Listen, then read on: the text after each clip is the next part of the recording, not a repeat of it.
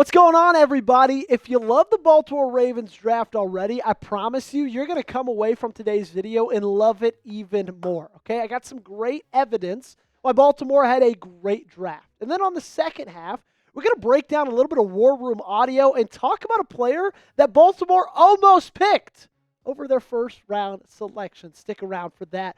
It was a really, really fun time getting to cover the draft, talk about all of these draft picks. Obviously, you hit it big in the first two rounds with Starks and Green back-to-back. Teddy Buchanan, I think he's going to be a sleeper to possibly start in week one.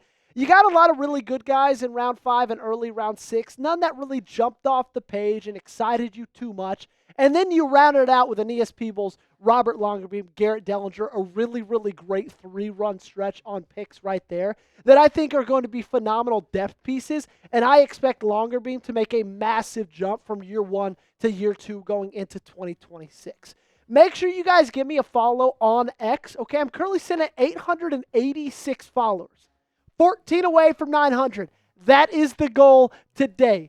Help me out. Okay, do me a big solid. Follow me at Joey Petersen 8. The link to my social media will be in the comments and description of today's video as well. Give me a follow. Help me get to 900 followers. So what we're talking about today is something from PFF because they ranked the most experienced draft classes in the National Football League. And it goes as follows.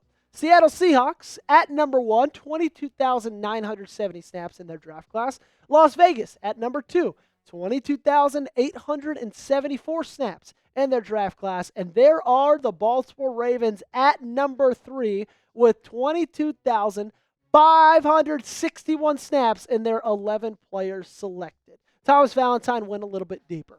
The Ravens assembled a well-rounded draft class led by one of the top defenders in the country in safety Malaki Starks. The UGA product earned a 78.3 grade in 2024 and showed rare versatility across the secondary. He played 1,191 snaps at free safety, 644 in the slot, 544 in the box, a flexible skill set that aligns well with Baltimore's philosophy. 7 of the Ravens draft picks played more than 2,000 snaps in college. Fifth-round tackle Carson Vincent led the group with 3,428 snaps at left tackle for Alabama A&M, posted a 75.2 grade in his final season. In contrast, second-round edge rusher Mike Green broke out late. He recorded just 1,098 career snaps at Marshall, but led the FBS in sacks and earned a 92.4 grade in 2024. And I love this because when you're a team that is competing for Super Bowls, okay, that's what you have to judge this draft class on. You can't just judge it on a scale that you judge every single team on. You got to realize that this roster is ready to win a Super Bowl right now. And when you are ready to win a Super Bowl tomorrow, it's key to bring in talent that already has a lot of experience, that could come in and play right away. Because you don't necessarily have the time or want to have the time or patience to say, we'll let these guys develop and we're going to lean on them in 2 or 3 years. No. You want guys that have already played a ton of football in their career that could come in and in year 1 fill those missing holes, be those missing pieces to get you to hoist the Lombardi Trophy. Do it now for me in the comment section down below. I want you to grade this Ravens draft class.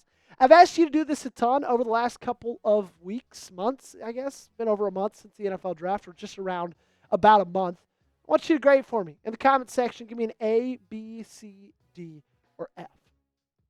If you look at how the draft class sits for snap count, you can see Malaki Starks with over 2,000. Mike Green, they said, had not a lot, and they were right. Only 1,000 snaps. He had the least of the entire class, but everybody else really racked up a ton of snaps in college, got a ton of experience in college, and played a ton in their 3 or 4 years at their university. Basically, you got a whole lot of guys who've played lots of football in their life, which again, like I was just saying, benefits you greatly. Now, I'm not saying there's not going to be a little bit of time where they have to adjust to the National Football League, because there is. Jumping up from college to the NFL is a massive, massive jump.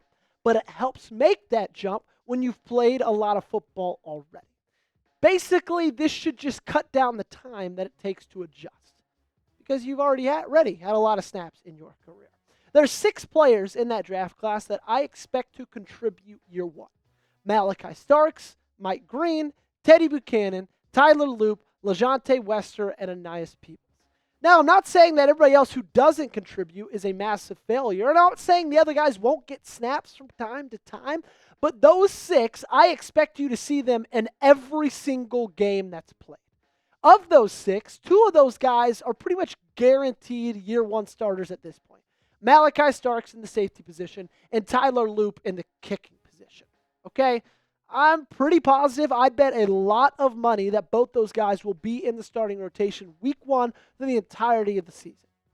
Now, speaking of that entirety of the season, there's 5 guys that I would not be surprised at all to see them start at the end of year 1. Okay? Obviously, Malaki Starks and Tyler Loop are on that list. Mike Green could be a guy who kind of starts the season as a rotational pass rusher, and then by week 16, 15, 14, maybe 17, he's in there more consistently. He's a starting edge rusher. He's proven that he's worth it. Teddy Buchanan, kind of same breath. Would not be surprised if they started Trenton Simpson in week 1 just because he played for the entirety and majority of last season. Would not be surprised if they gave him the nod over Buchanan, but over the course of the year, Buchanan proved to be more athletic, more reliable, and just a better player overall. And then I got a question mark next to Emory Jones because he's going to be an interesting case study.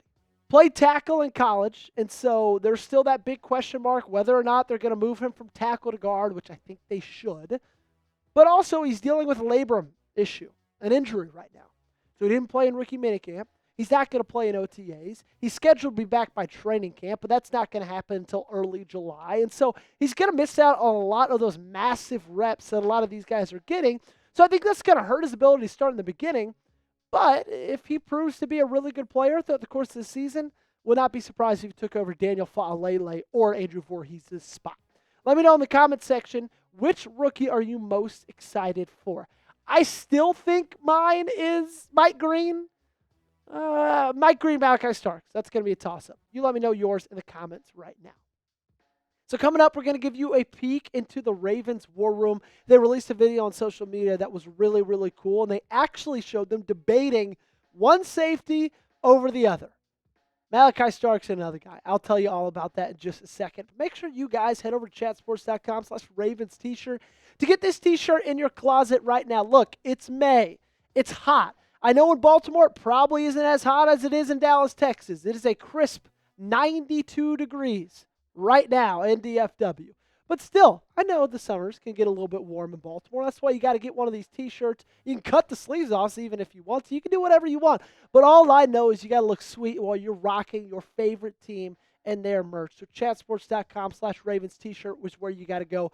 Support the Ravens Rundown. Support the Ravens. Support Fanatics. Support everybody by getting one of these. Again, chatsports.com/Ravens t-shirt. The link to that promo is in the comments and description of today's video.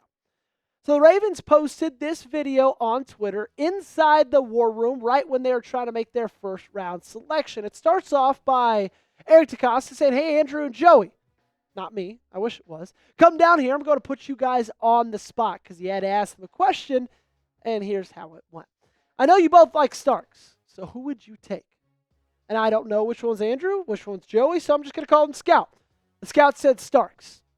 DeCosta said, "What separates those two guys?" The Scout says the intangibles, the makeup, Starks' playmaking ability.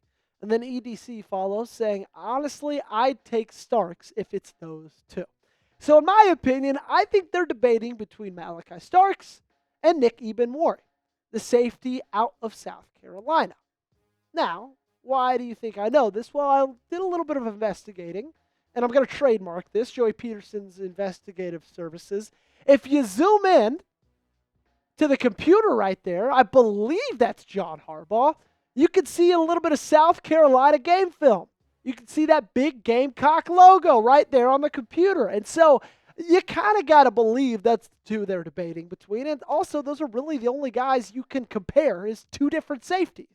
So they're comparing two safeties. They got South Carolina film on the computer. 1 + 1 = 2. They're talking about Nick Ebenwari and Malaki Starks. Ultimately, I say all that to say they made the right decision. I think that they made the right decision. When it comes to Nick Ebenwari, I think his ceiling might be a little bit higher than Malaki Starks is, but I think the floor is a lot lower, okay?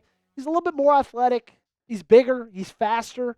That's going to help him out at some point, right? But also, like, he just didn't have the stuff on tape. He was not near as consistent as Malaki Starks was. I love the fact that it was unanimous. It took those scouts all but half a second to say Starks. And then Eric DeCosta followed that up with saying, you know what, between those two, I would take Starks as well. Let's talk a little bit more about Malaki. He was a 5-star recruit out of high school, and he was a track star, a 10.55 100-meter dash. Earned first-team freshman All-American honors in 2022, where he led Georgia in tackles with 77. He had a really, really great career. He was shot out of the cannon as a freshman, like we're all talking about right here, and just kind of stayed consistent through his 3 seasons, which is something you always want to look for. He's a leader. That's what I love most about him. He's a leader of men. A lot of people can be good football players, but can they get their teammates to rally around them? I think Malaki Starks already can. Jeff Zreback tweeted this out after rookie minicamp, saying Ravens safety Malaki Starks broke down the huddle today. Said it was an honor that he does not take lightly. Now, get it, it's only really the rookies there, the first-year guys. Sometimes the second-year guys are in there as well, but still, that's what you want out of your first-round pick. You want him to be that guy that everybody rallies around, that people look to. You want him to be the leader. He's there. His first day in pads for this organization. First day in a practice jersey. He's saying, look, this is my team. This is my defense. Okay? These are my guys. I think that means they made the right selection. Now, we're going to have to see it play out on the football field, but everything we've seen off the football field leads to him being a star in Baltimore for a very long time. I talk a ton about Malaki Starks on Twitter. Make sure you guys follow me there at Joey Petersen 8. Follow me on Instagram if you want as well. Same handles, 2 different platforms. Links to both those are in the comments and description. And also, make sure you guys are subscribed to the channel. We do this thing daily. All we talk about is the Ravens every single day. So join us today. Join us tomorrow. We'll see you next time.